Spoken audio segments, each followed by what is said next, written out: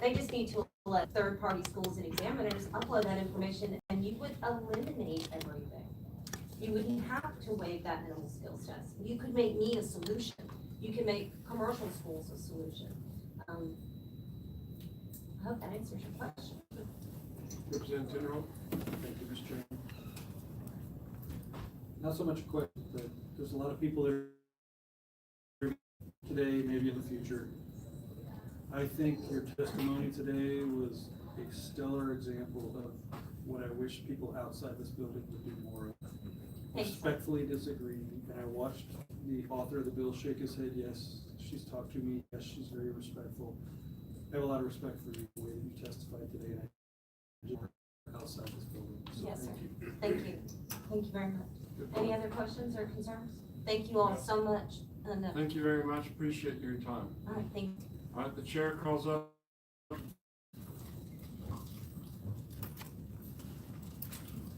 How you doing? Name's Jeff Adams. I own a driving school. I also own a parent talk program. Okay? A parent talk program, Parent Talk Drivers Ed LLC. In your position on the bill. Against the bill. Against the bill. Mainly because it does solve the problem of the line. Okay? So he's saying, let's don't test people because we need to solve the line.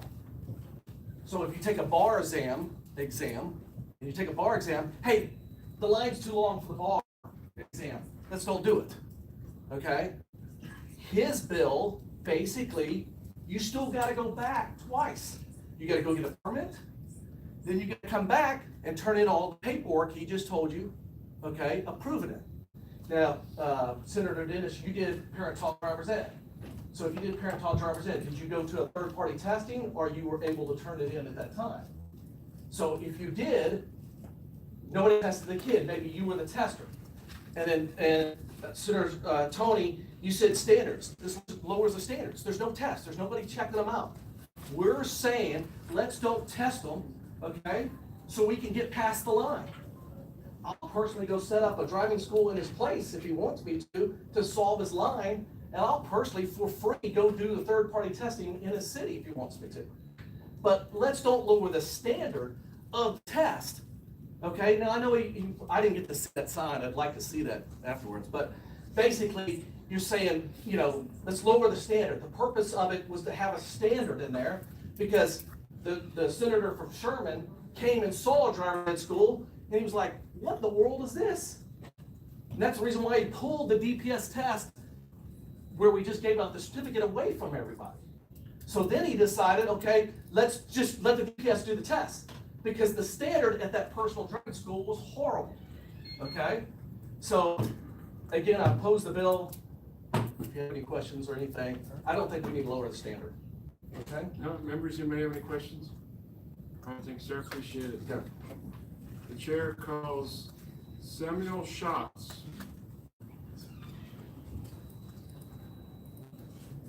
Samuel Schatz.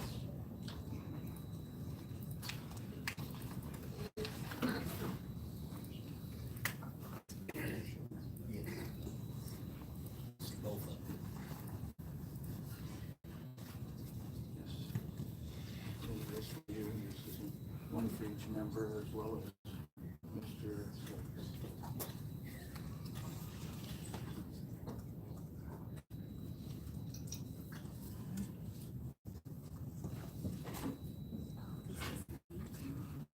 I'm Mr. Schatz. Come on. My name is Henry Schatz, and I'm of 5 driving schools in the Dallas-Fort Worth area. I've been in this business since 1995, and I'm also a certified third-party examiner. And Your position on the bill? the position of the bill is I'm against the bill. And I obviously take exception with Representative White's assessment. During my talk today, I know I have limited time, so I want you to keep in mind no real difference much of what Representative White said is there's no real difference between testing a beginning driver and not testing a beginning driver.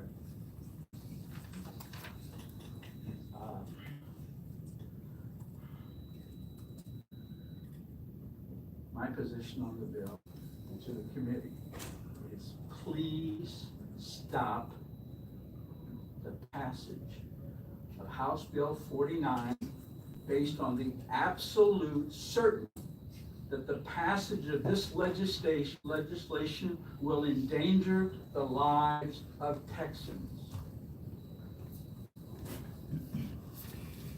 In conclusion, I think you've all been on the road and you've seen road sign, highway signs that say road construction ahead. And that road construction ahead is to alert you to possible peril. You may need to slow down, you may have to come to an unexpected stop. But it's a sign. I have some signs I want to enter into evidence, and I have copies for each of you. The first sign, and this is contrary to the data that supposedly the Department of Public Safety provided. I put in public information requests for this data, and I got back a response that there's no such data. We've taken no position. And so that's why I question the accuracy of that. The first sign that I'm going to provide you, it'll be on your folders that I provided, is on crash data. Okay, now again, no difference. Crash data in 2003, this is fatal crash data, this is the text dot information on 15 to 18-year-olds, fatal crash data. Now when I say 2013, or 2003, excuse me, there was no testing being done. The amount of collision crash deaths was 381.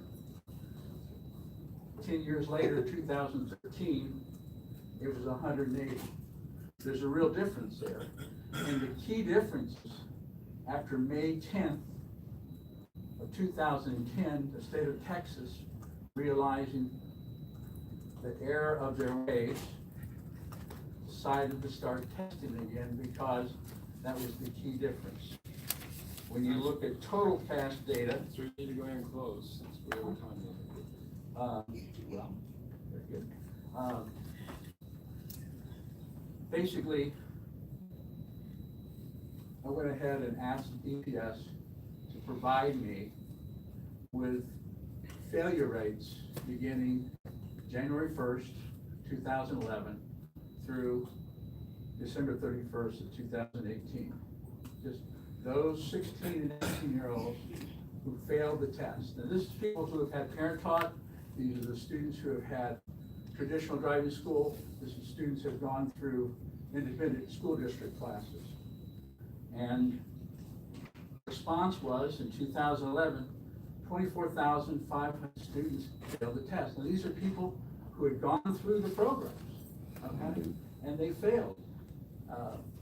From 2011 to 2018, it was over 173,000 people failed the test. Now these are people who completed the courses, but they failed the test. Parents? Thank you, sir.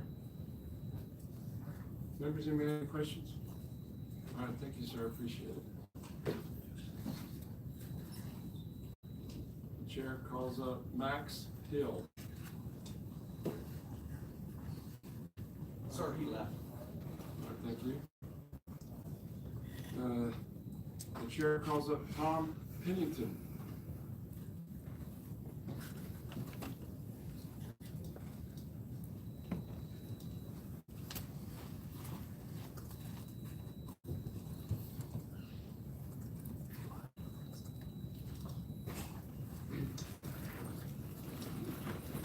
My name is Tom Pennington, and I'm Greenlight Driving Academy.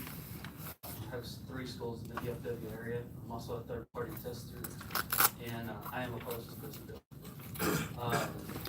The lines at the DPS definitely are frustrating. I completely understand that, and I see that on a daily basis. People come in and talk about that. But the real focus here, the crisis, the word that was used earlier, the crisis that we have in this country is we have teenagers dying on the roads every day. And if you'll refer to the handout that's coming around, from 2005 to 2008, the 4 years at the end of the waiving of the driving test, so there was no driving test during part of that time period, there were 1,221 teens killed, teen drivers killed in Texas. We're not talking nationwide, we're talking in Texas. If you look from 2014 to 2017, which is our most recent data that TxDOT has on their website, there were 873 teens killed. That's 348 fewer teens killed the last 4 years when the test was still in place. The test is important because it allows us to see which teens at that time are ready to be on the road and which are not. If that test can save one life, I think we all agree that it is important for that test to remain in place. I know on our third-party testing that we see, about 14% over the past 4 years have failed the test. That's 14%. That's several thousand teens would be on the road if we waived that test. So it's very important that we keep that in place. There is another bill that will be coming before the committee that will help with the problems, the lines, the congestion at the GPS. But I just ask that you keep in mind, we're talking about teenagers' lives here, and this test is very important, and because of that, I do oppose this. Thank you, Are sir. there any questions? Members have any questions? All right, thank you, sir, appreciate it. Thank you. The chair calls up Robert Young. Robert Young. All right. The chair calls up Lisa Lesby.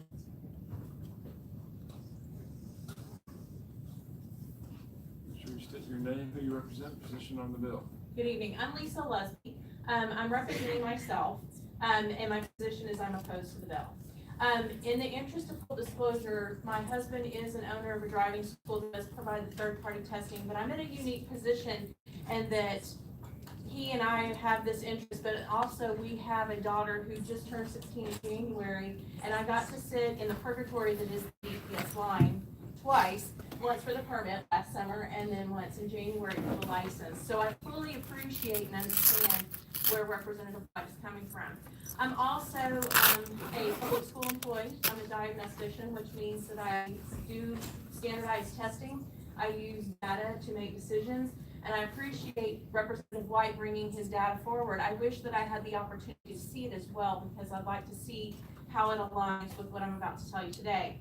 The thing about standardized testing is we use it for everything. I mean, the bar exam has already been brought up, teachers, lawyers, plumbers. We all have to take exams to make sure that we meet minimum standards before we're allowed to practice our profession. And as the discussion went this morning with Bill 1958, even commercial driver's licenses are not going to be exempt from having to, or those seeking those licenses are not going to be exempt from taking the exam. And we're assuming too that these people who are looking to get commercial driver's license are experienced drivers. When I continue to look at the data, I look at the information that Mr. Pennington presented, as well as other information from the Centers for Disease Control, which cites unintentional accidents, which a majority of those are traffic accidents, as the leading cause of death for teenagers. And this is the group that we're targeting. And so this is what causes me concern. My daughter was trained through parent-taught driver education, so I also appreciate and support the parent-taught programs. But I'm very concerned that if we do not continue with the standardized testing, we're not going to be protecting teenagers in their lives. All right, Thank you. Members, any questions? Thank you. All right, members, that is all registered testimony on the bill. Is there anyone else who wishes to testify on, for, or against House Bill 409? All right, now seeing that, the chair recognizes Chairman White to close on House Bill 409. Thank you very much, members. You know, when I saw the data, I just had to present this, and I just think it's important for, at least we can keep it the way it is, but I shouldn't be telling my constituents, based on data-driven analysis, that one is significantly in a statistical way better than the other. I close. Thank you, sir.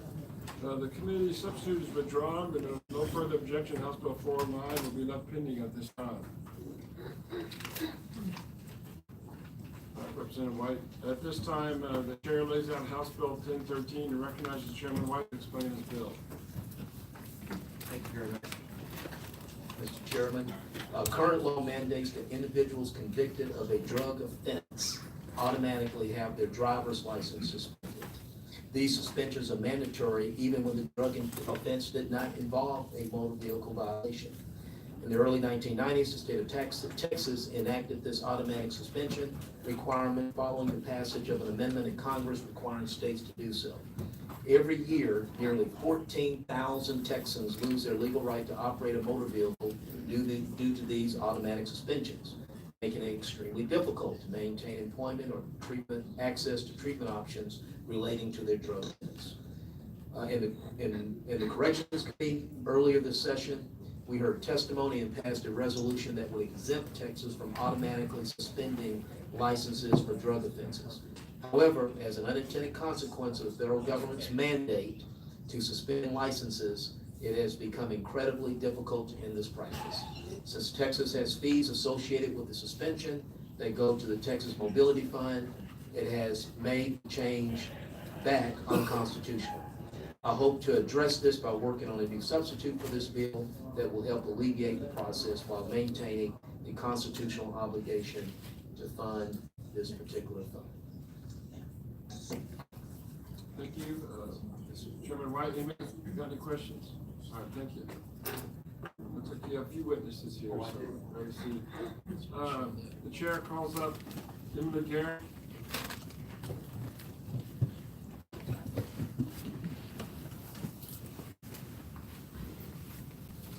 Make sure you state your name, position, and who you represent.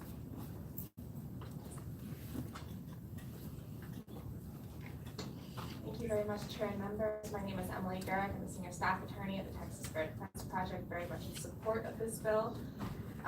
We want to urge you to support this bill because it would end Texas' involvement in a really disastrous program from a federal mandate that they automatically suspend driver's licenses if you get any sort of drug conviction, even if that conviction has absolutely nothing to do with driving. And we help folks get their licenses back with the driver's license reclamation clinics, and we see how bad this program is. It's supposed to be just a 6-month suspension, but it ends up being much longer. For most of the people that we see, it's an indefinite suspension because there are 3 things that they have to do in order to get their license back. First, they have to take a 15-hour drug course, which is completely separate from any probation requirements that the judge decides should be imposed.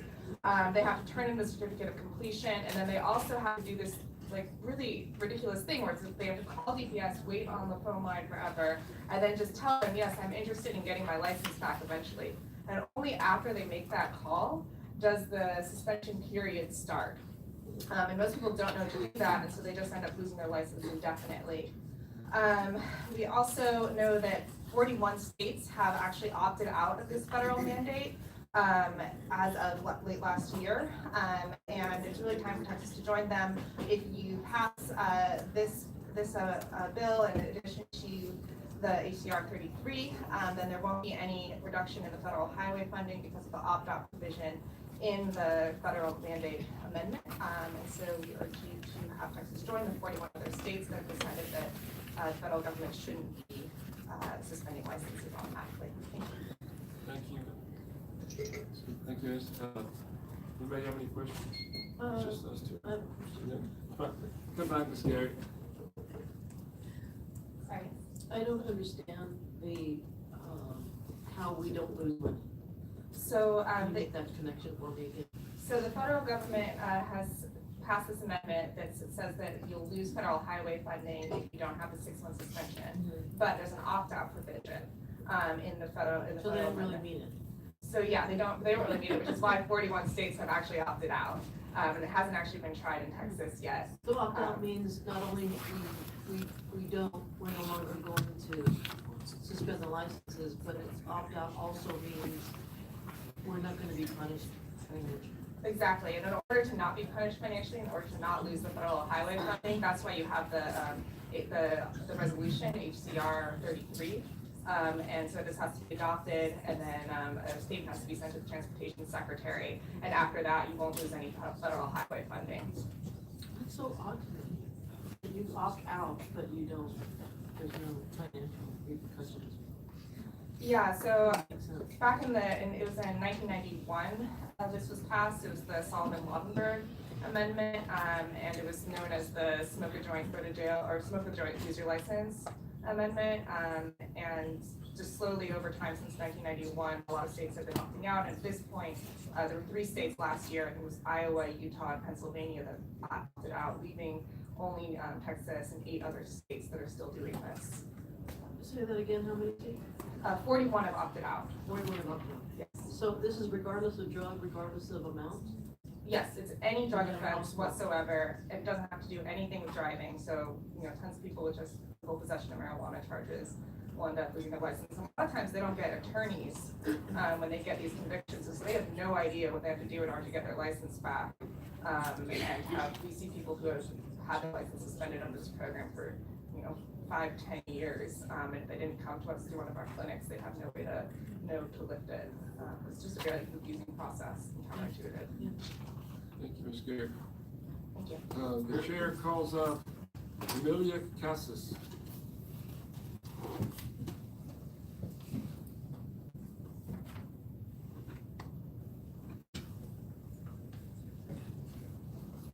Emilia Casas? Okay. The chair calls Jeremy Kahn. Jeremy?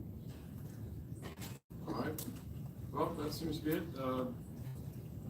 Members, let's listen to our registered testimony on this bill. Is there anyone else who wishes to testify on or against House Bill 1013? Not seeing any, the chair recognizes Chairman White to close on this bill. Thank you, Mr. Chairman, I close. Thank you, sir. With no further objection, House Bill 1013 will be left pending at this time. At this time, the chair lays out House Bill 2607, recognizes Representative Keene to explain his bill. Representative Keene, do you have a committee substitute? I don't believe it. No. I don't. Okay, that sounds good. All right. Thank you, Mr. Chairman and members, for giving me the opportunity to lay out House Bill 2607. House Bill 2607 would create a border control program that will help secure the borders with New Mexico and Oklahoma. Mr. Chairman, while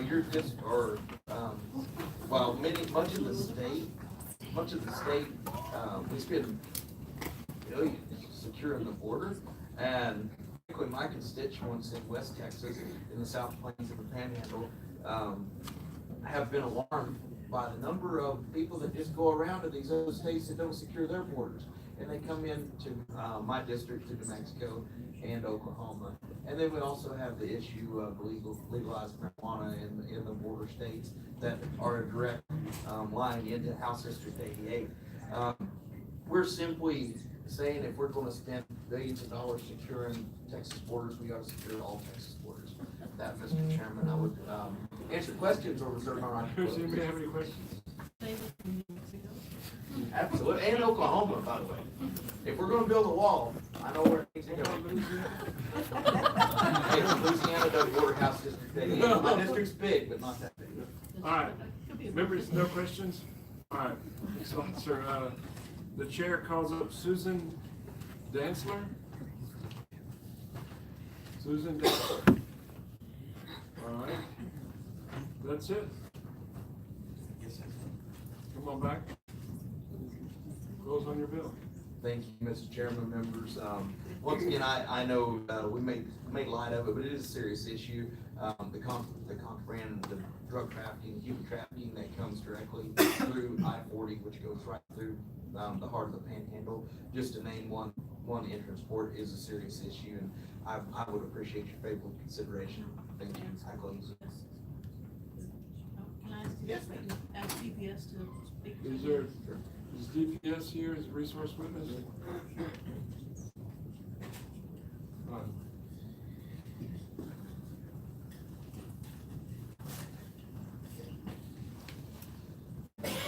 You need to register. I'm sorry, I'm not registered. I did not go. Oh, sorry. So he's gonna get you registered right here.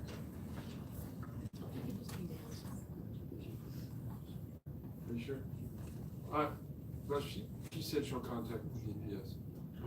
If you could just email us some backup information, don't worry about it. Thank you. I'm sorry.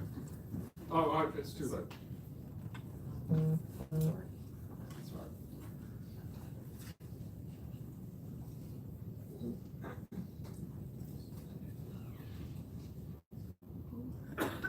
See 26 here. This.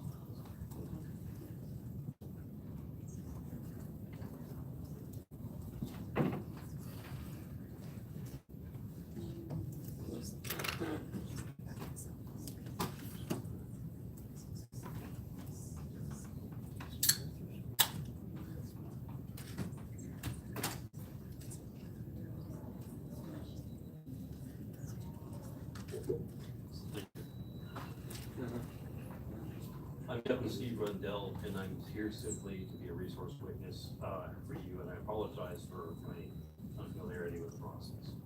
Taking your time. Appreciate it. All right, Representative Israel? Captain Rundell, I'm sorry, I'm not familiar with you as a witness. What kind of work do you do for DPS? What's your role? I'm a captain on the chief staff at the Austin headquarters office with the Texas Highway Patrol. So are you familiar with any checkpoints that we have in place right now to fend off those nasty New Mexicans in Oklahoma? We don't have anything at all like this at this time yet. Could you get us, could you get the committee members sort of, I don't know if there's a way to assess, interactions? I mean, there's only a few roads out there. Not many places to intersect with folks. I'm We count wondering 90. is there a way for you to get us an assessment of what, maybe a couple of years snapshot of illegal activity that has been occurring, Representative King raising concern? I do not have statistics about specifically across these roadways. we've measured it that there are approximately 90 roadways, and this is just by simply going along and counting. TxDOT counts, farm to market, US highways and interstate highways at 68. We do it for just catching everything down to the city street, which is my understanding of what this bill is intended after our interaction with, Congressman's office. We count about 90. And so that it would be a lot of checkpoints. Do you do any checkpoints randomly for various reasons in any of these opportunities, or you could give us some examples of what you might run into? Well, we haven't set up checkpoints of this nature. As the congressman has made the point, these places have, Oklahoma and New Mexico have proposed legislation for the legalization of marijuana. And so there, it does propose the possibility that you could have more likelihood of people who have that in their possession moving across those areas. So have you guys contemplated I don't know what the words anymore, but have you, does that mean you have contemplated from time to time it might be helpful to do some checkpoints? Our troopers are trained in the interdiction of different types of narcotics and illegal substances. We have not established checkpoints at these locations. That has not been something that we have considered. But along our regular roadways and in the course of doing our regular duties on patrolling the highways, that is part of our mandate. If you start to think of any other helpful information, just send it along. Thank you. Thank you, ma'am. Members, any other questions? I apologize if this has already been announced, but why was Louisiana and Arkansas not included? Well, my understanding. For the border, My understanding is that those two states are not, have not proposed legislation to legalize marijuana. the bill is talking about any controlled substance. So we're just concerned about marijuana coming in from those two states? That was my understanding of the intent of the bill. I'll see your question. Anybody else? Thank you, Dr. Captain, appreciate it. Glad to help. Thank you. All right, with that, we can call back Representative King. Thank you, Mr. Chairman, committee. That. Any more questions? Anybody else have any questions for Representative King? All right, thank you, I appreciate it. The chair can close with no further objection. House Bill 2607 will lay pending at this time. At this time, the chair lays out House Bill 2604 and recognizes Representative Sanford to explain this bill. Representative Sanford, you have a committee substitute? Yes, sir. The chair offers up committee substitute House Bill 2604. Thank you, Mr. Chair. Members, currently 14 counties in the state have a burden to provide emissions tests on gasoline-powered vehicles. On top of the emission testing requirement, there's an additional provision that limits the inspection testing equipment, the inspection stations in those counties to provide only 150 inspections per month unless they purchase and maintain expensive equipment to perform acceleration simulation mode testing, which is required to test vehicles of model years 1995 and older. That provision was added in statute in 2010 and intended to ensure that inspection stations would continue to maintain an ASN machine so that those with 95 model and older would be able to receive an inspection.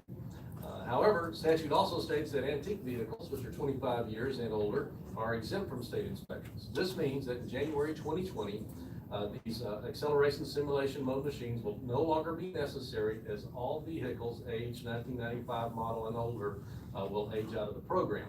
House Bill 2604 would simply remove the limit of inspections that are placed on metropolitan counties, service stations, and mechanic stations. Committee substitute changes the effective date to January 2020 to ensure 1995 vehicles receive their state inspection. Thank you, members. I'd answer any questions you may have. Members, anybody got any questions? All right, appreciate it, Chairman. All right, Representative, so, well, all right. Michael Knowles. That's your name, members, that was all the mentioned testimony on the bill. Is there anyone else wish to testify on for or against House Bill 2604? All All right, Chair, recognize Representative Sanford to close. Thank you, Chair, and members of the committee, barring any questions, not questions. Thank you. All right, committee substitute is withdrawn with no further objection. House Bill 2604 will be left pending at this time. At this time, the chair lays out House Bill 2931 and recognizes Representative Parker to explain his bill. Thank you, Mr. Chairman. Members, appreciate the opportunity to come before you here this evening. I do have a substitute, Mr. Chairman. All right. At this time, the chair offers up committee substitute to House Bill 2931. Thank you, Mr. Chairman. Members, Texas citizens face a variety of issues on a daily basis. Regardless of who you are or where you live, I'm confident that there is one issue in particular that we all agree on. The lengthy lines and long waits at DPS locations must end. House Bill 2931 seeks to serve as a solution to this problem by allowing third-party entities, such as driving schools, to not only administer the driving test to individuals that have received their permit and have been vetted by DPS, but to issue a temporary receipt as well. This temporary receipt would serve as a license until DPS sends the qualifying individual a hard copy, eliminating the need for that person to return yet again to a DPS office and wait in many hours of additional lines. House Bill 2931 also allows the department to authorize and set standards so that third-party entities may train and certify examiners to administer the driver's test. Current law provides that DPS must be the one to certify an individual with this privilege, but this would assist in further alleviating the burden of responsibility that DPS is currently facing, and would allow for more individuals to complete their training to become a third-party tester in a more timely manner. As I stated previously, the lengthy wait times and long waits DPS offices affect every Texan, and I believe that House Bill 2931 is a viable solution that will bring real relief. Not only decreases DPS office traffic, but increases safety precautions and ensures that the individuals utilizing our right-of-ways are in fact adequately prepared to drive and hit the road. Mr. Chairman, with that, I'll conclude my comments. Look, we all know this is a major problem. We're all trying to solve the same issue about how to reduce the long wait lines. I had the blessing several sessions ago of working with this body to put in place the third-party testing capability, which has been very successful. This is now taking that to another level, working in a public-private partnership in a way that I think is financially responsible and in a way that will work to serve our Texas consumers in a more effective manner. You think about our DPS offices, they're really in many ways the first line in which individuals interact with government. Their experience with government is what they have to take away from being in that DPS office and waiting those long lines. And it's not a good one. And that's not a function of the good people at DPS who do a great job. The challenge is that we need to give them more resources and more solutions to be able to address the enormous number of people that are in those lines every day and go to those facilities.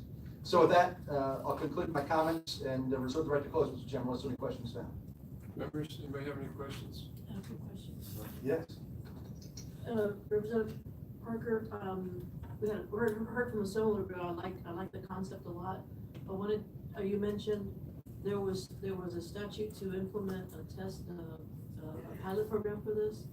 Well, so a few sessions ago. I don't remember what year that was. Well, it was probably, let me think, Larry Phillips was chairman of this committee at the time. It was probably 6 years ago.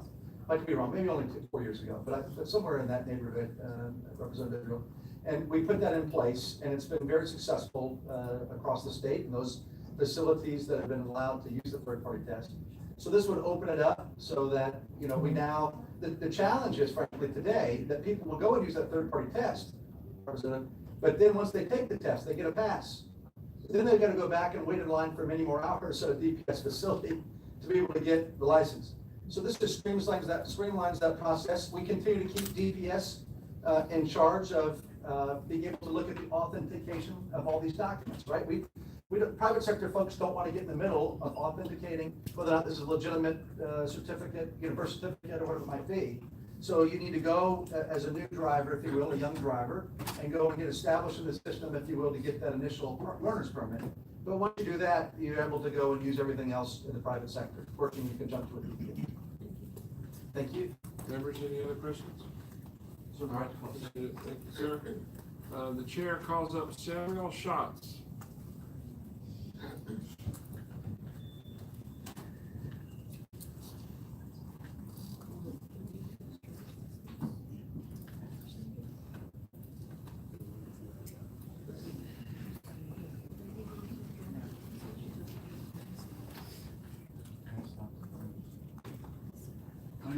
Chairman Schatz, I was up here just a short time ago.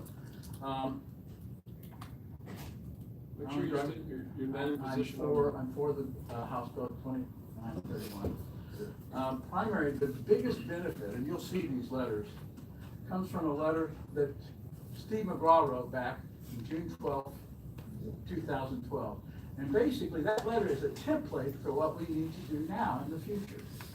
One of the things that was most startling in that letter, and I'll read from it. The single most visible sign of dysfunction in state government is the long lines wrapped around our driver license offices throughout the state.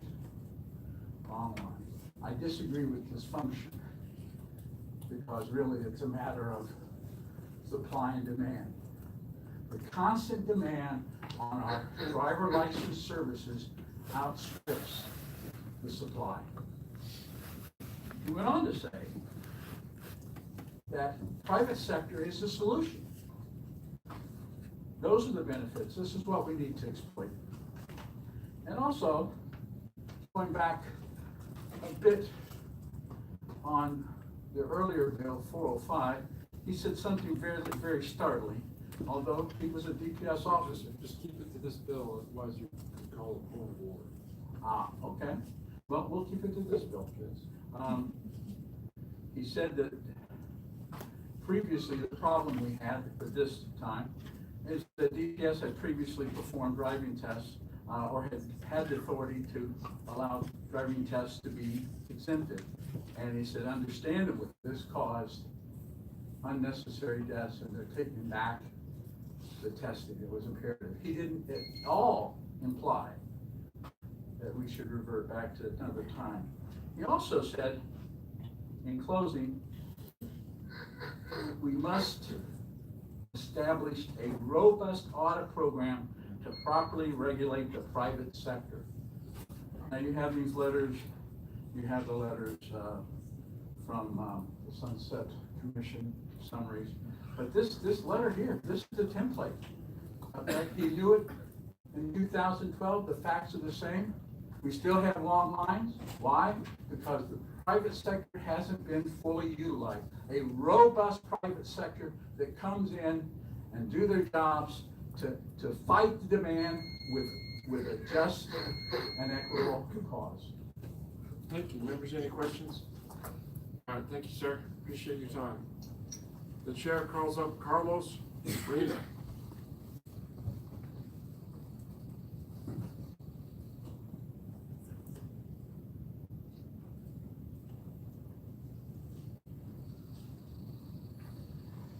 My name is Carlos Mann. I represent ACEable, an online driver education course provider and a third-party testing vendor. And I'm here to support this bill, and two main components of it, or sections of it, is first off, that it allows to at least do the practical part of the training for our examiners in the field rather than having to send them to DPS. As you know, there's already a bottleneck there. Send them to do it there, delay it anywhere from 6 weeks to 2 months. The second part of the bill that we strongly support is the part about being able to upload the information electronically. And the framework is already there. It was mentioned earlier how you can get online and you can literally renew your license online with the data you have. We can use that same website and to upload our information, the forms that they need, so these students don't have to go back. Currently, right now, we test someone, we've got to put all their information in an envelope, seal it, they have to hand deliver it to the DPS. That adds to congestion. This would really help eliminate and alleviate that congestion. Right? And there's also a fee that's charged if you use the online services with the DPS. Well, the same fee could be charged for our schools to be able to do this. I promise you we will actually do it, not to have to send them back one more time. Okay. Any questions? Thank you. Members, any questions? Thank you. Thanks a lot. The chair calls up Jeff Adams.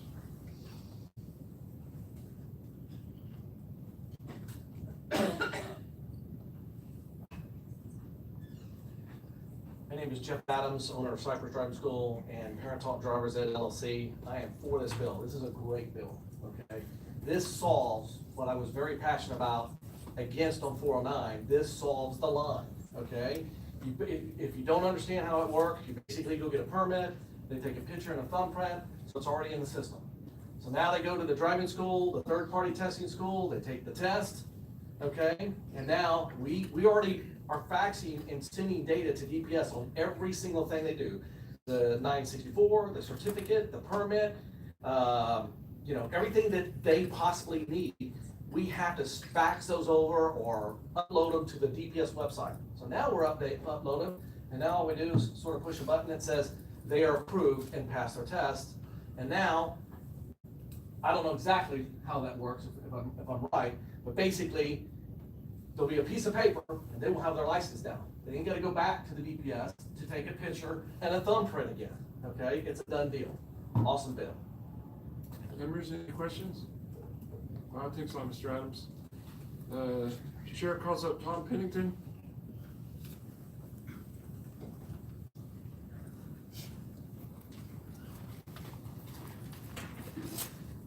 Tom Pennington, Greenlight Driving Academy.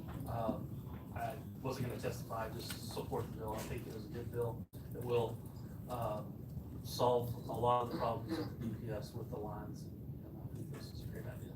Thank you. The chair calls up Robert Young.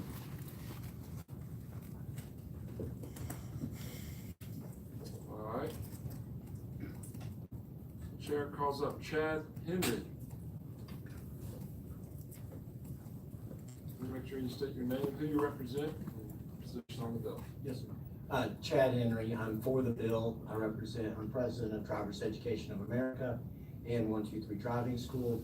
And I think the critical thing to look at here is, and based on my calculation, I think they're conservative. You can learn them by the DPS, but we're talking about eliminating 600,000 transactions with this bill. That's how many people in that, just the teenage group that we would be looking at. As a third-party tester as well, the bulk of the people that come to my program are people that are coming here with expired driver's licenses from out of state. And our system requires them to do the whole thing. Well, they've already had to go to the DPS and get their permit before I ever see them to give them the test. I mean, they were just there 2 hours ago sometimes. Now they come to me to do the test. I'm gonna handle a piece of paper, send them right back. This eliminates all of that. And you're talking about eliminating at least 600,000 transactions. At 10 minutes a transaction, that's 6 million. 40-hour work weeks. It will take 5 years for one person to do all that. That's how much work we're talking about on the day. All right, thank you, sir. Thank you. All right, thank you, sir. The chair calls up David Carter. David Carter. All right, then the chair calls up Patrick Barrett.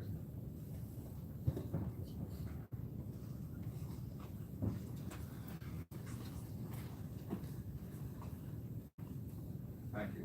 My name is Patrick Barrett. I'm in favor of the bill. I represent myself, my parent taught driver education course driver in the box, and my driving school collision free driver red. I really want to thank Representative Parker for this bill. This is really going to solve a lot of problems.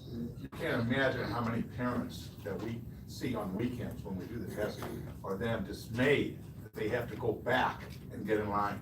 They were grateful they didn't have to take off work, but now they got to go back in line and do this again. This will save that problem, which you've heard before.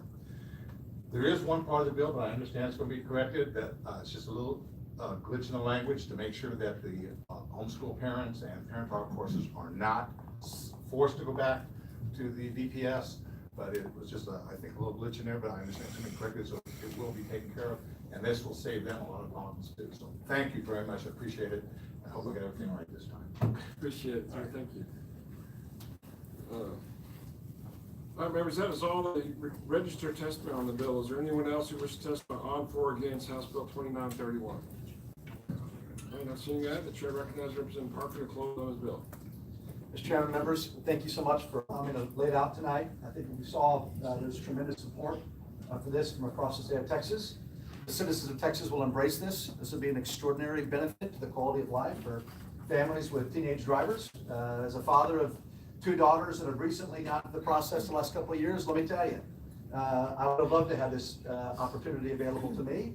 And I know thousands of my constituents and thousands of your constituents will like it as well. It's smart, it's common sense, it's a free enterprise partnership, obviously, with these entities that can help DPS and support the good work that they do. And I just urge your immediate passage of this bill so we get it to the floor and keep moving it. We are going to work with the one stakeholder mentioned. We did one small tweak on the language that the substitute will be ready to roll tomorrow. But anyway, appreciate your consideration moving it forward. I think it's a great thing for us to come together in a bipartisan fashion to solve this problem. Appreciate it. Thank you, sir. Thank you all. No further objection. The committee substitutes withdrawn, with no further objection. House Bill 2931 will be left pending at this time.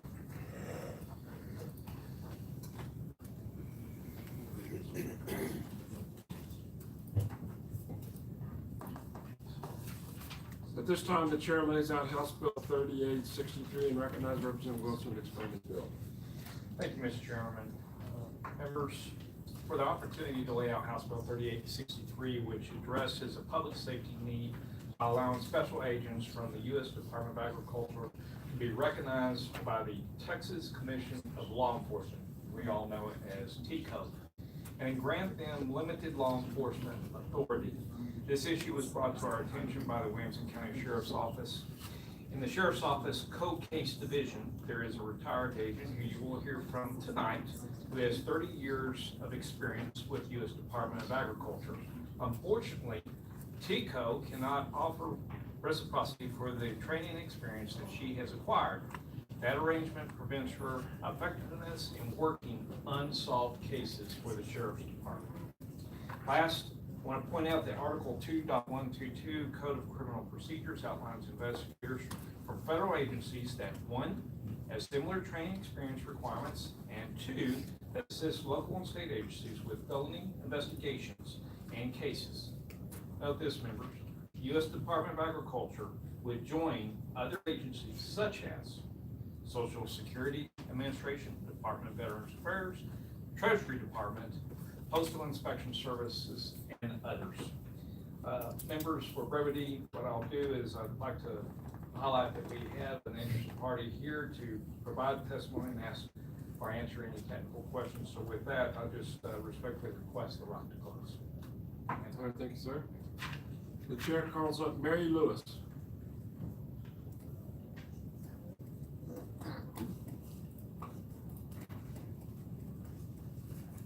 Good evening. My name is Mary Lewis, and I'm representing myself in the Williamson County Sheriff's Office, and I'm for this bill. I retired with the United States Department of Agriculture, Office of Inspector General, approximately 4 years ago. I worked with them around 27 years, and retired honorably. And 2 years ago, in 2017, I joined the cold case unit of the Williamson County Sheriff's Office, and I'm a volunteer reserve deputy. And since I am not commissioned by TCO, I cannot perform certain duties that would really be helpful to my fellow officers on the cold case unit. So if this bill passes, the Department of Agriculture then would be recognized as having special investigative status, and then I would be allowed to challenge the state licensing exam to get my peace officer license. I would have to take a test to show proficiency in Texas laws. I would also have to take a class prior to taking that test to show proficiency in the Texas laws. And I think it would be a very good thing to allow me to become a commissioned peace officer so I could provide better service to the constituents in Williamson County and working on these cold cases.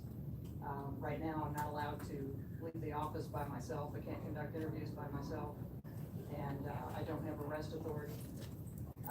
When I was a working agent, I had all of those things, and I went to the similar academies, sometimes the very same academies that other agencies that are listed under state statute that TCO looks at in order to provide us the chance to be commissioned peace officers.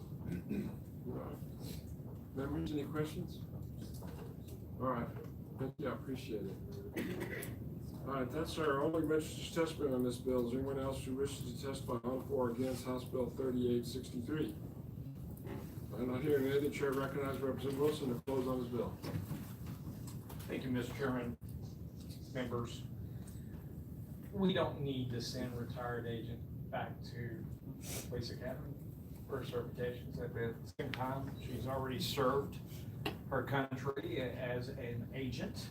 We are very, very fortunate in Williamson County to have a sheriff's department that is so proactive on solving unsolved cases at this point in time, known as cold cases. What this bill does not do is it does not give federal agents complete unchecked law enforcement authority, and it does not create a new class or program under state code. But what this bill does do is add the U.S. Department of Agriculture to that list of others that I had mentioned previously to TICO, for the benefit of the partnership to be able to continue the Williamson County Sheriff's Department cold case division efforts.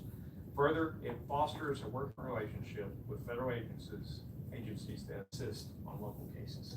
With that, I close. Thank you. Members, any other questions? All right, thanks a lot, Representative Wilson. At this time, with no further objection, House Bill 3863 will be left pending at this time. This time, the chair lays out House Bill 1713, recognizes Representative Ramos to explain her bill. Thank you, Chairman. Thank you, members, for the opportunity to lay out committee substitute for agent. Ramos, do you have a committee substitute? Yes, yes. All right, this time the chair offers up committee substitute to House Bill 1713. Thank you. House Bill 1713 is related to requiring a person convicted of an offense involving family violence or a person who is subject of a protective order to surrender firearms owned by the person. Now, I'd like to first note that it is already against Texas state law for a person who is subject to a protective order to possess a firearm. Current federal law also prohibits firearm possession by domestic violence misdemeanors.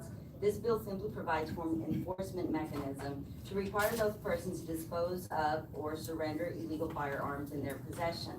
Now, domestic abusers with guns pose a serious and deadly threat to their partners. Just a few hours ago, while we were on the floor debating bills and voting and hanging out with our colleagues on the floor, there was a woman who was running in San Antonio just a few hours ago, was running away from her abusive spouse, who chased her with a rifle outside of her home, ended up shooting shooting the woman, but the woman was able to get away. The guy locks himself up in his home, shoots at the police, and burns up his own house and his neighbor's home, and he shoots his neighbor as well. So domestic abuse violence, especially with those with guns, we really want to address this issue and protect the victims of domestic abusers. Women in U.S. are 11 times more likely to be murdered by guns than women in other high-income countries. And what our bill does specifically, although there is already both a state and federal law, we require that a court who convicts someone of a family violence offense or orders a protective order against a person shall be ordered to surrender the firearms within 48 hours of receiving notice. The person shall surrender the firearm by selling it to a licensed firearm dealer or surrendering it to a law enforcement agency to sell it or hold it, provided that the person is the subject of a protective order. Now, as a family law attorney, somebody who has been on both sides of a protective order with my own clients and the whatever side it was, there is concerns out in the community regarding due process and what have you, but the reality is protective orders are due process. And as an attorney, it is not something that judges take lightly. And so although there is already a law, we do want the individuals to be required to surrender those firearms.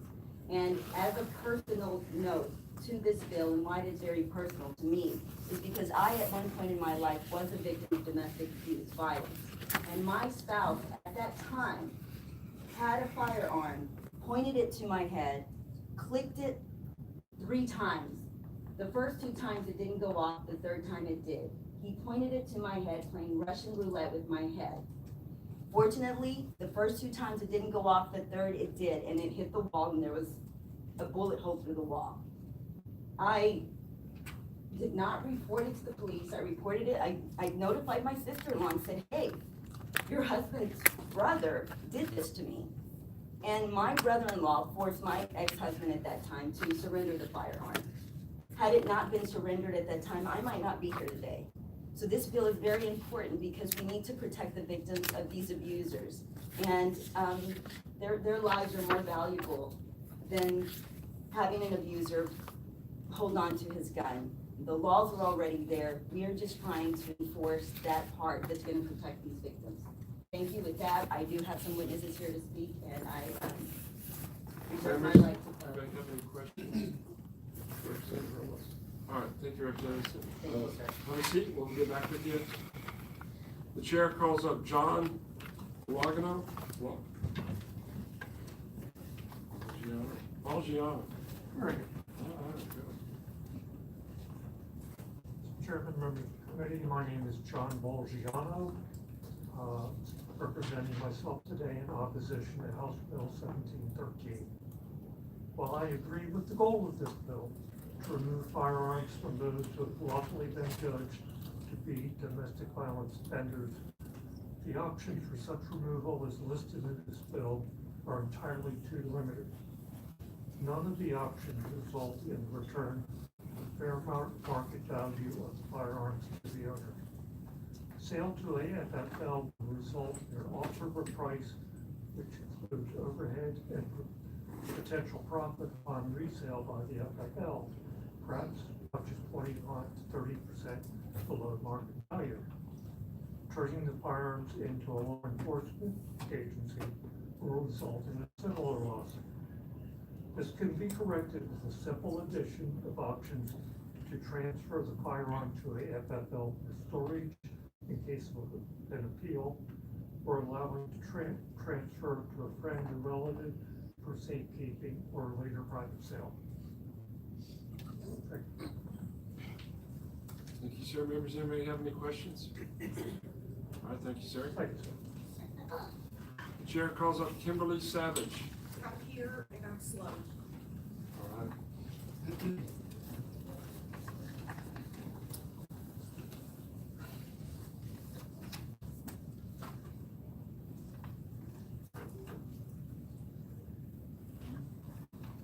Thank you.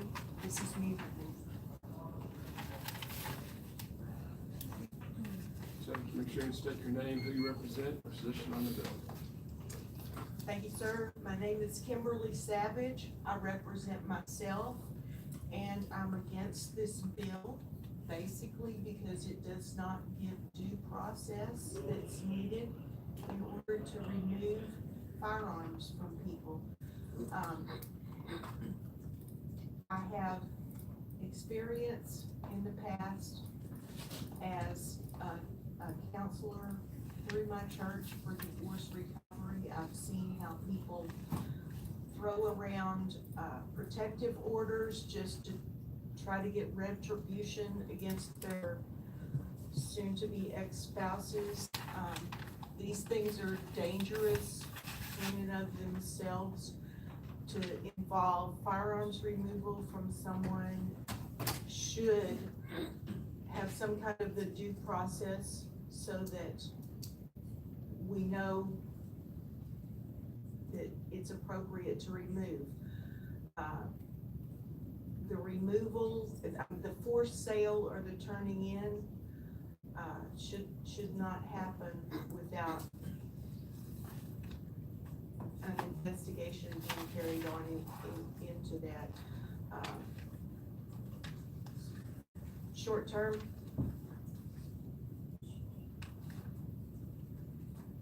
measures need to be taken to ensure the safety of any violence victim, but for the long term, we shouldn't go through steps that can't be reversed. Thank you. Members, anybody have any questions? Yeah, Representative Goodwin. So you say that a protective order is dangerous in itself. I don't understand that. Can you explain? I have seen in counseling through, I'm not a professional counselor, this was at church, and I've seen spouses harm themselves, each other, children. I don't mean the orders are dangerous, what people do with them are sometimes dangerous. Don't you have to go before a judge to get a protective order? Yes, you do. And so are they lying in order to get protective orders? I mean, it seems like there's. I have seen it happen. The purpose is to ensure that. I agree. There's no harm. So, I agree. So you're saying our justice system isn't working correctly? I'm not in the justice system. I do know people have lied to get the orders, and that's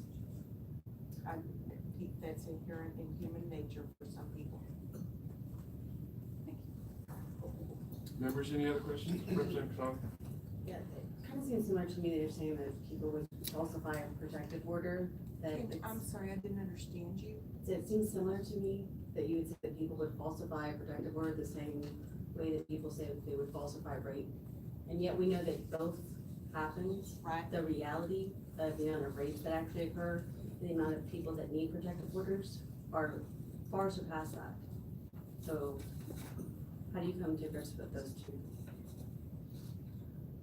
I'm making this as an observation, and my stipulation against this is that before a person is forced to either turn in their firearm or sell their firearm, more investigation needs to be taken into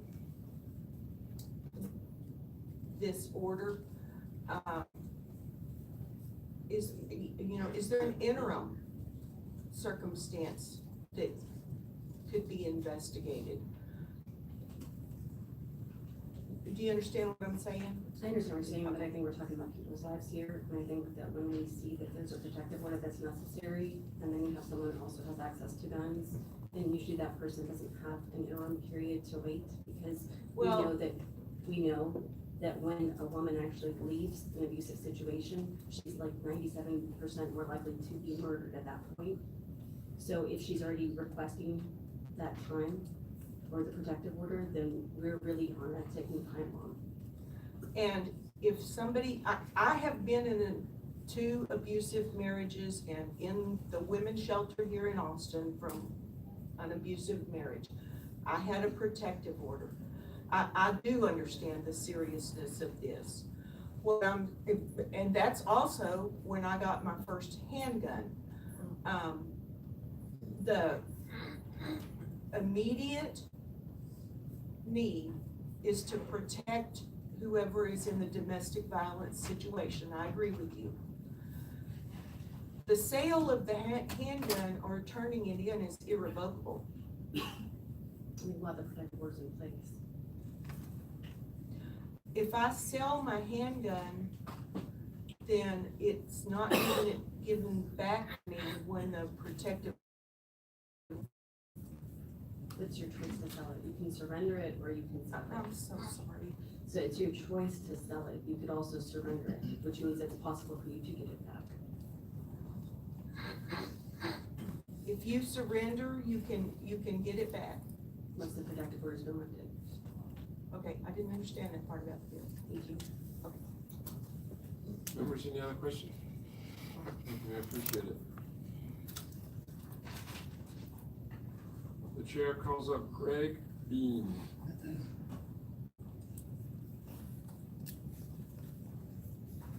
Thank you, Mr. Chairman and members of the committee. My name is Greg Bean. I'm with the Texas Family Law Foundation, and I'm here in support of House Bill 1713. It's important to know that the persons affected by this bill will be ones that have already been convicted and had their day in court for misdemeanors involving family violence, for felonies, and are the subject of a final protective order, meaning due process has already been followed. The problem with the law as it stands today is when a protective order is issued, the order itself usually follows the statute and just says that a person is prohibited from possessing a firearm. But it doesn't say what to do if the person already has a firearm. And that's where this bill is effective, in that it creates, it alleviates the problem by installing a mechanism by which the terms of the conviction or the terms of the protective order can be followed. Right now, as it stands, I see a lot of cases where the subject of a protective order may give the guns to their brother, their relative, a friend, someone who's not subject to the jurisdiction of the court that rendered the order for the protection or rendered the conviction. So the court has no way to know whether their order is actually being followed.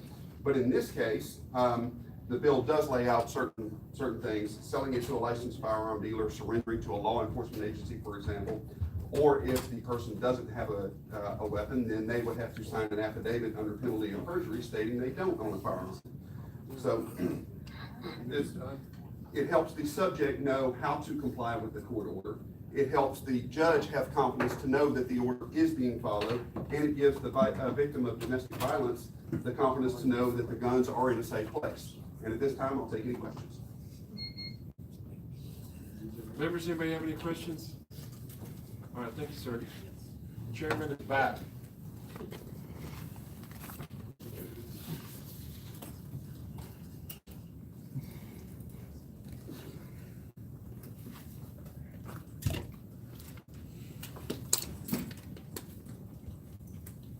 Okay. Sorry about that, I'm trying to get back in the swing of it. Chair calls Mr. Greg Bean, I'm sorry. I just want to know what it is, sorry.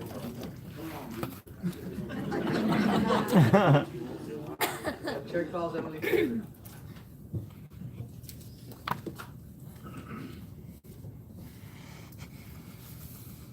Good evening. My name is Emily Taylor. I'm testifying against House Bill 1713. I'm an attorney. I practice mainly in the area of firearms law and also in the area of criminal defense of firearms offenses. I testify on behalf of myself individually. Acknowledging the fact there are certain individuals who have, under state and federal law, forfeited their right to own and possess firearms and ammunition, legislating the method of disposition of firearms is legally troubling.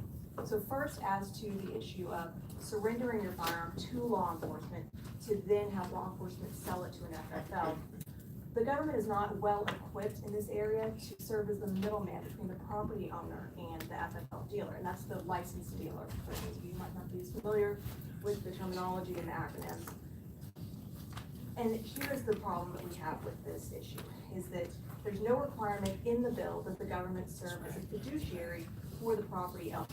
So there's no requirement they seek out the best price. And we've actually threaded into a legally murky area here, because the firearm itself is not an instrumentality of a crime, and it was not used in a criminal activity, so there's no asset forfeiture that's occurred. We also don't have a situation in which this is real property that's been forfeited through eminent domain for public use. And yet we have the government not only forcing a sale, but actually engaging as the intermediary in the forced sale of a citizen's property with no requirement that they provide just compensation or act as that fiduciary. So we are treading into completely gray, legally murky areas here. As to the FFL disposition, I won't belabor the point about the price dropping when you sell to an FFL dealer, but I will add that there are many people who have a substantial sum invested into their firearms collection. There are also many people who have family heirlooms or firearms that are significant emotionally they would want to pass to family members who are qualified to possess. Finally, we have a problem here in the government limiting the individual's freedom of contract, which Texas public policy has long favored. We shouldn't limit the freedom of adults to engage in that business decision and structure out property arrangements. And if I could just say in close, it's my experience that many, if not most courts, already require verification by affidavit when someone is treaded into one of these prohibited areas that they have dispossessed themselves of firearms. Most courts also require documentation as to how they have been dispossessed. And that solves our problem without treading into areas of freedom of contract and of potentially having to provide just compensation. Are there any questions for Ms. Taylor? Yes, thank you. Do you think that a mom is important for children? Yes, but I'm not sure what that has to do with dispossession. Well, you were talking about family heirlooms, how important some of these guns are family heirlooms. So I'm just wondering if you think a mom is more important to her children than a family heirloom is to a child. Well, this is a legal argument about dispossession, not an emotional argument about mothers and families. I don't think that's emotional, I think that's just, I'm asking your opinion. Am I gonna go on record and say that mothers aren't important? No, mothers are important. Okay. I mean, they're more important than family heirlooms. Okay. Okay, thanks. Representative Fine. Thank you, Mr. Chairman, and thank you for being here to testify today. But when you talk about these firearms, and particularly when you talk about heirlooms and those sorts of weapons, that's for some people, those are like pieces of art. And then those are things that are passing down tradition to tradition. They mean a lot to the family. So is that where you're going with your? Yes, thank you, Chair. Yes, thank you, Representative, absolutely. So there should be no problem, given that we can engage in private sales, we can engage in gifts in the state of Texas and federally, there's no problem with that.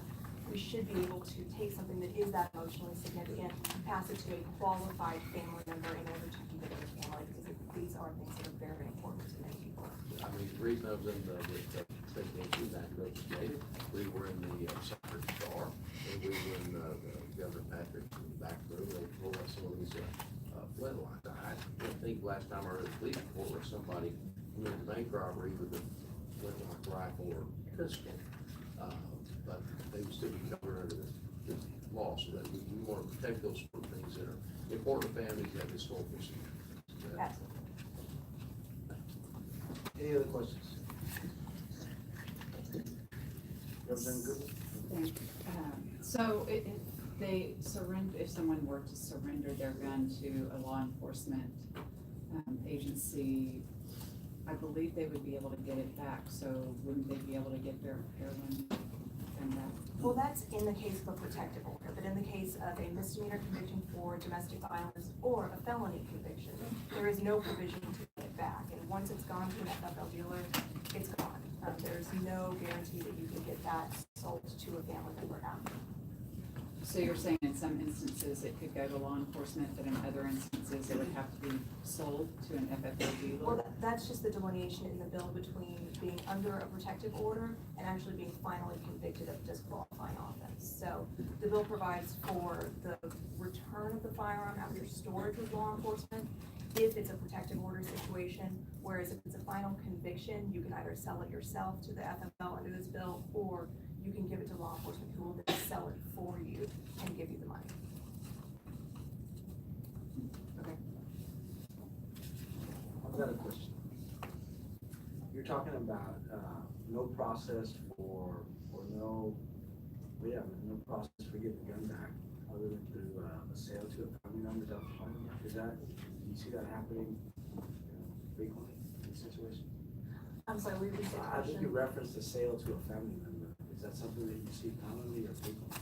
Yeah, that's pretty common, just in my personal practice experience, that when someone has, anytime we want to get our money back on these things, you want to engage in a private sale. And for gun owners, there are lots of family members, close friends, who are willing to purchase your firearm at a price that's fair market, whereas you're just not going to get that from the dealer. I gotta ask, because I practice law, I've never heard anybody fall into the kind of practice that you're doing. How did you fall into that? I work in conjunction with a group called Texas and U.S. Law Shield, which is a firearms legal defense program. There's about 280,000, I think, members in the state of Texas right now. Did you fall into that law school? I was actually a prosecutor for the county of Galveston, right out of law school. Any other questions?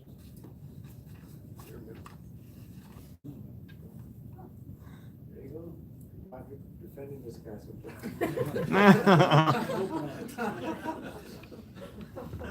All right, thank you.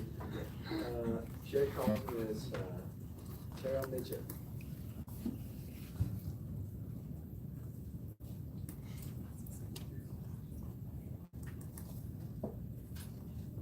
Good evening, Mr. Chairman, committee members. It's a shame that Representative Paul wasn't here to hear you pronounce it correctly. That's too bad. Tara Mitchell, National Rifle Association, here testifying against House Bill 1713. The previous witness spoke to the issues with dispossession of firearms in the bill. I wanted to talk about a structural issue with the bill. House Bill 1713 requires the court to provide written notice notice to persons who are convicted of specified offenses or subject to the specified protective orders, that those persons are prohibited from acquiring, possessing, or controlling a firearm under 18 USC 922G. That's the federal law reference. The categories of persons implicated under House Bill 1713 and the Texas prohibited persons categories are not a one-to-one match. It's incorrect to state that all persons that would be required to surrender their guns under House Bill 1713 are federally prohibited from possessing firearms.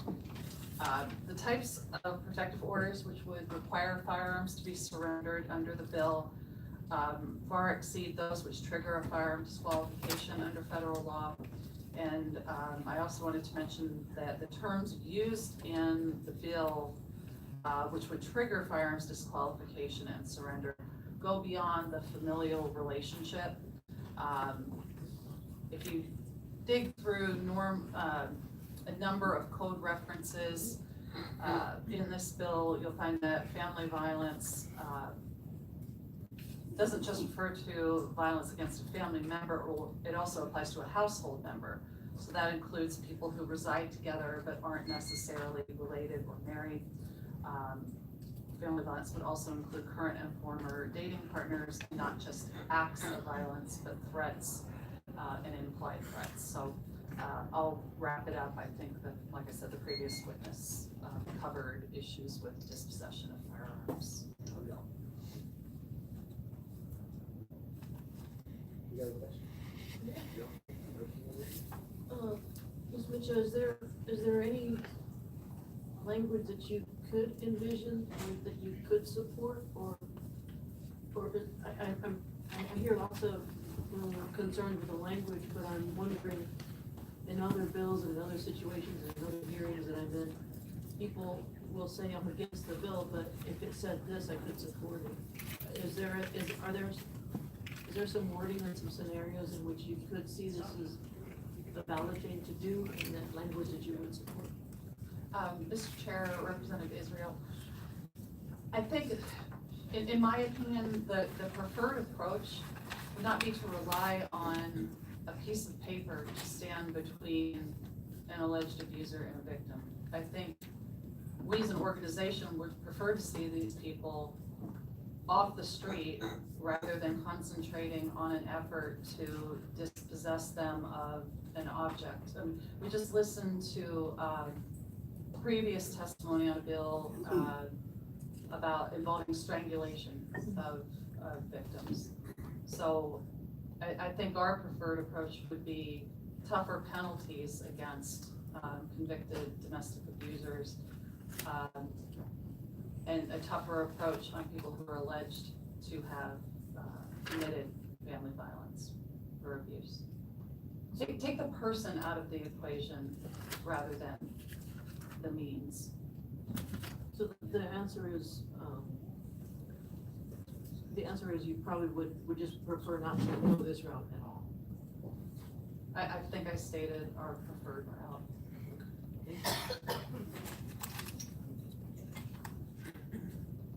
There's no more questions for me. House calls, the chair calls Mr. Matt. What, did you have a question? You seem like you want to say something. All right. Chair calls Matt.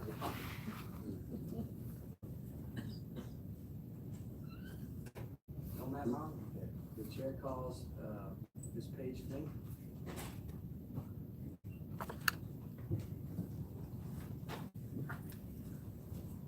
Hello, my name is Paige Link. I'm here to support House Bill 1713. I'm the CEO of the Family Place. We're the largest provider of domestic violence services in North Texas. We serve clients in Tarrant, Collin, Dallas, and Denton County. We are a service provider that provides extensive services for survivors and perpetrators of domestic violence. In my 27 years of working at the Family Place, I've seen hundreds of women whose lives have been shattered because their abuser had a gun. National, state, and local statistics show that abusers with access to firearms are more likely to kill their partners in domestic violence situations than those without access. In Texas in 2017, 88 perpetrators, which was 65% of the murderers in Texas who killed their female intimate partner, used a gun. Surrender protocols developed by local leaders to enforce federal statutes can improve the safety for victims in your community. In Dallas County, we have already developed and implemented a process for judges to ask convicted abusers to surrender their gun to the court and, if appropriate, have the firearm stored by the sheriff. While other factors have likely contributed in our community, domestic violence homicides with the firearm have decreased in the past 3 years, from 9 in 2015 to 7 in 2016, down to 5 in 2017. But not every gun is removed. Estella Segovia, one of our clients, her husband should not have had the gun that he used to shoot and injure her brother. He was convicted of multiple crimes, and he should have had his gun removed. But instead, he broke down the door during a family gathering, and while Estella fled out the back window, he shot her brother. We also know, sadly, that there's a tragic intersection between domestic violence perpetrators and mass shootings. In Plano, during a Dallas Cowboys watch party, 8 people were killed, and 1 was injured by a man who was targeting his wife. And unfortunately, in Sutherland Springs, 26 people were murdered, and 20 were injured by a man who was targeting his mother-in-law. The more guns that are taken out of the hands of abusers, the more tragedies we can prevent. House Bill 1713 starts this process by improving the code of criminal procedure and by providing a structure for local communities to take action. Guns in the hands of domestic abusers can be used on impulse and with deadly outcomes. On behalf of the domestic violence victims who could not be here today, I'm asking you to please vote this bill out of committee. Thank you. Thank you. Are there any questions for Ms. Flink? None? The chair calls Ms. Kristen Lanao.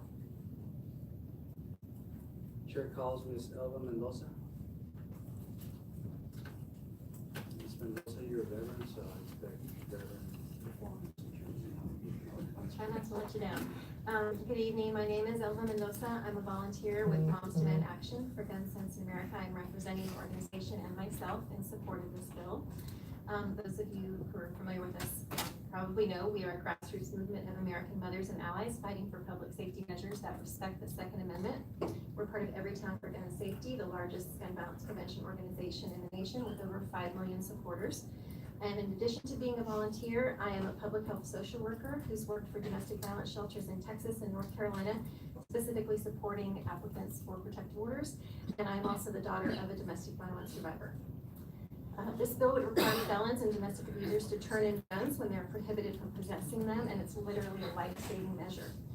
Guns and domestic violence are a deadly combination. Access to a gun in a domestic violence situation makes it 5 times more likely that a woman will be killed by her partner, and it puts those around her at risk, as we just heard. A study of domestic violence-related homicides found 1 in 5 victims were family members, including children, friends, persons who intervened, law enforcement, strangers, neighbors, as we heard. Firearms were used to kill about 70% of those victims. And because of this danger that they pose to the community, our state prohibits people convicted of misdemeanor domestic violence crimes and those subject to family violence protective orders from possessing firearms. But if they're not required to surrender those firearms, it's just too easy for them to keep them during this period of heightened danger that you mentioned earlier for victims. And research shows that requiring them to give in their guns saves lives. States that explicitly require abusers to relinquish their firearms have seen a greater reduction in intimate partner homicides than states without such laws. And it's true of intimate partner violence overall, not just firearm homicides. And so I know that you all really are committed to helping survivors of domestic violence, and I appreciate that. Having courts require domestic abusers to turn their guns in really helps. And I will say, if an abuser loses some value on their firearm when they sell it, that's part of the cost of committing a crime. And so if they don't want to lose a family heirloom, they should not abuse their domestic partnership. Or violence between dating partners is just as serious as between spouses. And so yes, it's true, the Texas legislature has seen in their wisdom to make our laws more stringent than federal ones. Please support this bill. Any questions for Ms. Mendoza? Thank you. Thank you. Chair calls CJ Grisham. CJ, you're a veteran, so I expect veterans. You're a veteran, two senses of the word expert.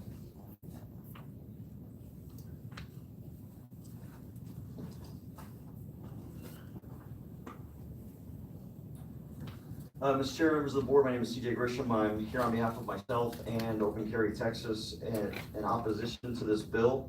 Open Carry Texas stands in staunch opposition to any bill that allows government to steal firearms in the possession of Americans, except in cases of extreme necessity. HB 1713 would require the surrender of firearms in cases where a person is adjudicated guilty of a felony or subjected to a protective order. Our problems lie in both the triggers to this law and the means to do so. First, we oppose any law that strips free men of their right to self-defense because of misdeeds in the past. So while it sounds good that citizens convicted of felonies should not be allowed guns, the problem is that government has created a system in which virtually anything these days is a felony. For example, Martha Stewart, felon. She's not a threat to anybody. In Texas, it's a felony to possess 6 or more dildos. Does that mean that we're a threat to society and should have our rights revoked if we own them? These red flag laws do nothing to protect society. In fact, recent research from the Crime Prevention Center, which I handed you, shows that these laws not only do nothing to affect violent crimes, but would actually contribute to a rise in rape. Sure, it sounds like we're doing something good, but what good is taking away guns from a dangerous person and leaving that person in society with access to any number of objects which he could attack with? That's like a man saying he's going to burn down the house, so you take away his lighters, but leave him with a can of gasoline. Elaine Epstein, former president of the Massachusetts Bar Association, stated, "Everyone knows that restraining orders and orders to vacate are granted to virtually all who apply. In many cases, allegations now are used for tactical advantage." A recent study found that 72% of civil restraining orders were frivolous, based on exaggerated claims.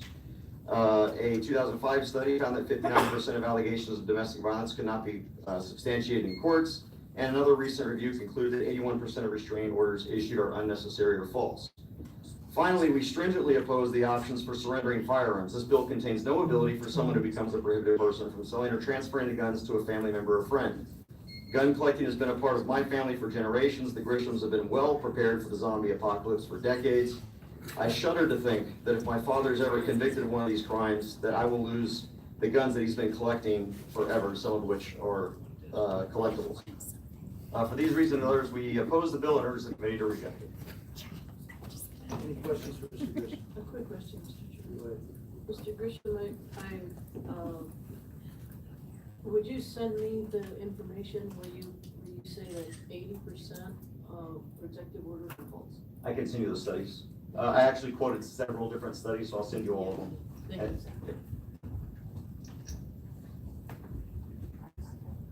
you. Okay. Thank you.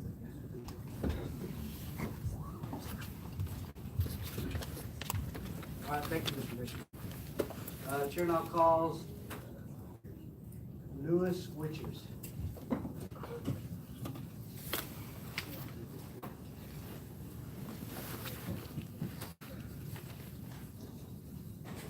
My name is Lewis Witchers. I represent Texas Gun Sense. I support this bill.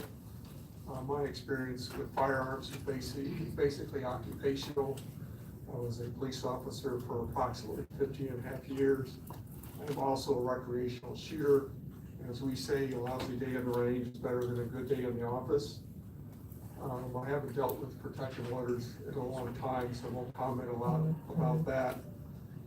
So theoretically, I would be subject to this law if I committed certain crimes or did certain things. Also, as I looked through the process, I was happy to see that weapons are being controlled by neutral parties. By looking at open sources and newspapers, we often see cases where guns are turned over to some family member to hold while there's a protective order, and often at times that is violated, and we end up with at least one death, if not more, sometimes even the suicide of a person. That's all I have to say. Thank you. Mr. Witchers, are there any questions for Mr. Witchers? No? Thank you. The chair now calls Ms. Rachel Malone.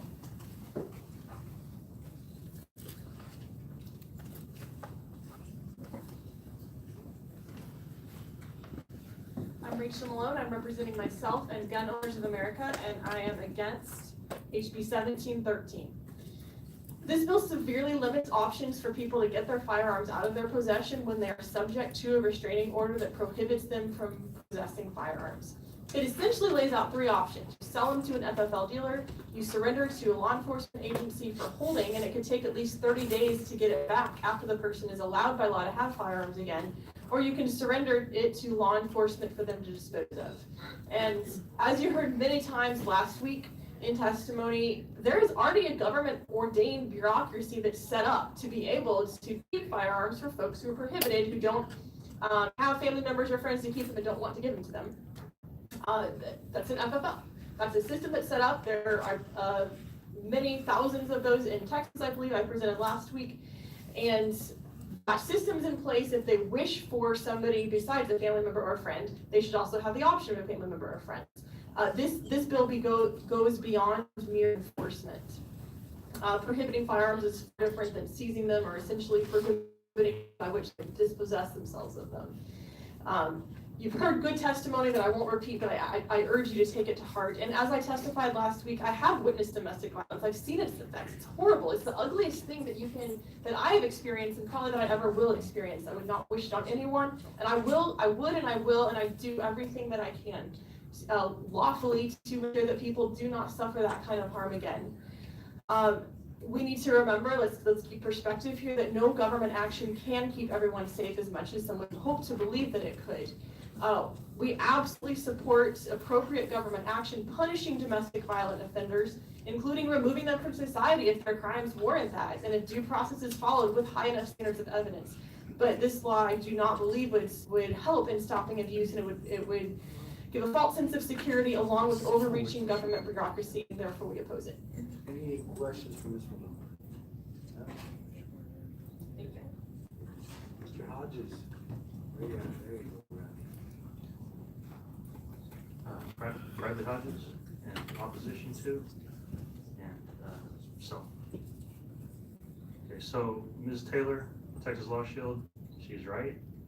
The right to unfettered counsel of choosing to assist with making a vigorous defense rightly belongs on the non-state side of the adversarial line between the state and the people.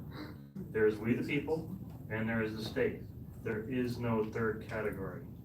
The state needs to stick with their job of presenting evidence at speedy trial and stay out of the confiscation business, lacking a due process felony conviction.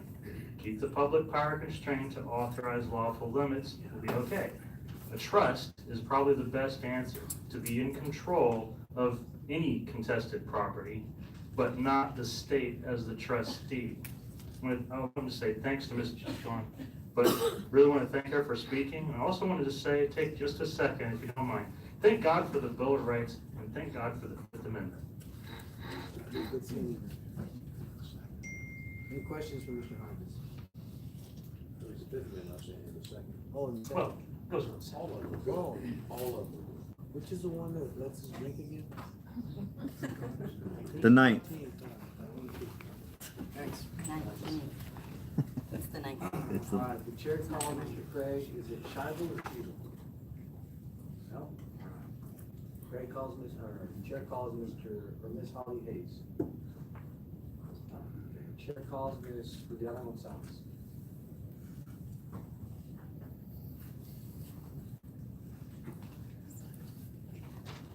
Thank you, Chair. Good evening. I'm Juliana Gonzalez. I'm here on behalf of the Safe Alliance. Safe Alliance is in support of HB1713. And I'm here on behalf of our Legal Services Director, Nikita Vet, and our staff attorney. She is home with a little one who is recovering from surgery. Safe Alliance is a Central Texas nonprofit. We serve survivors of domestic and sexual violence, child abuse, and human trafficking. We have worked in the field of domestic violence for nearly 45 years. We've spoken with tens of thousands of survivors. One of our programs includes accompanying survivors to protective order court, where we offer on-the-spot safety planning and emotional support.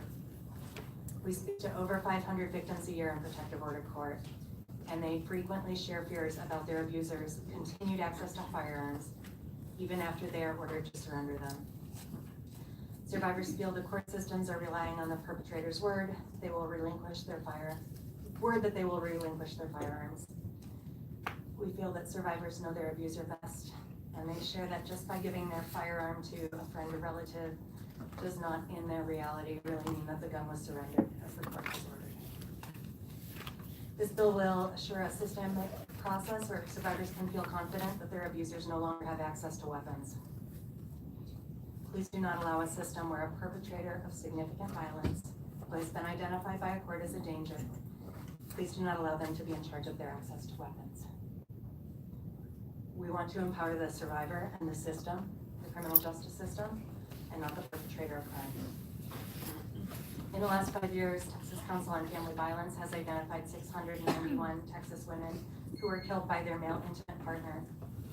In over 60% of these deaths, the perpetrator used a firearm. Research shows that when an abuser has access to a firearm, victims are 5 times more likely to be killed.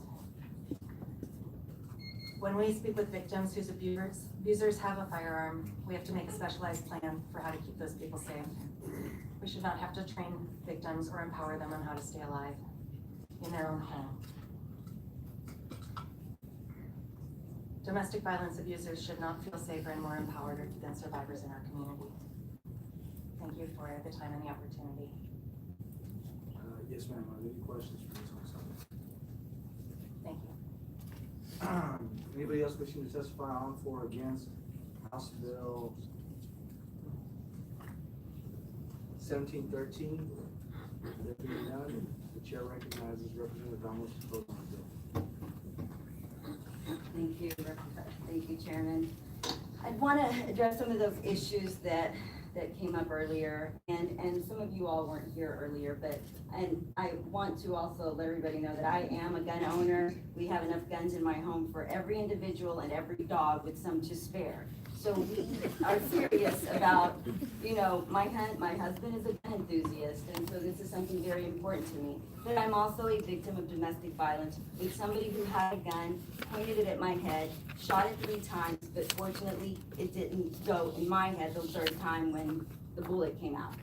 And so it is very important to me that we save these people's lives as a victim, but also as a gun owner. I'm not taking this lightly. And they talk about, unfortunately, our witnesses referenced restraining orders. Several of them, Mr. Grisham over here referenced restraining orders. This has nothing to do with a restraining order. The bill has nothing to do with a restraining order. It is a protective order. As an attorney who has both defended and protected clients that have been on both ends of protective orders, I know personally, and I see it in courts all the time, it is not something that judges take lightly. They do not just willy-nilly grant protective orders. It is a very serious issue. It's not easy to get one, and when they are granting protective orders, these are serious abusers. Additionally, they talked about due process. Once again, a protective order is due process. So that argument goes out the window. We talked about, one of the individuals talked about, we don't need to make emotional arguments, yet argues about an heirloom. Are heirlooms not emotional arguments, right? When you're tied to something, it's your emotion. So if you want to keep that heirloom, well then don't abuse women, period. It's not about your heirloom, it is about abusing women and protecting women. By all means, we want everybody to keep your guns.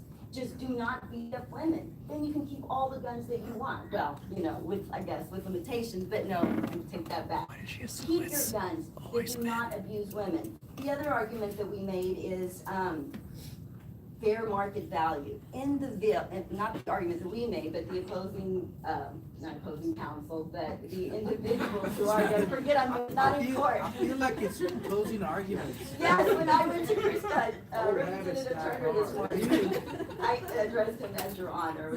Yeah, I forgot I wasn't in court. But anyway, the other argument that was presented was fair market value. In the bill, it does allow the individual to sell the product themselves and then receive their fair market value. So that issue is on the individual to do so, just as Representative Kalani mentioned. So once again, I do want to thank the individual who represented the NRA because, quote, and I quote, she said, we want tougher penalties on abusers. Those were her words. And I agree with you, Ms. NRA, we want that as well. So yes, do that. Misha. We want that as well. And so I request your favorable consideration in passing this bill out of committee and protecting Texas women and families and children and men. Thank you. With that, I close. Any questions? Thank you. Thank you.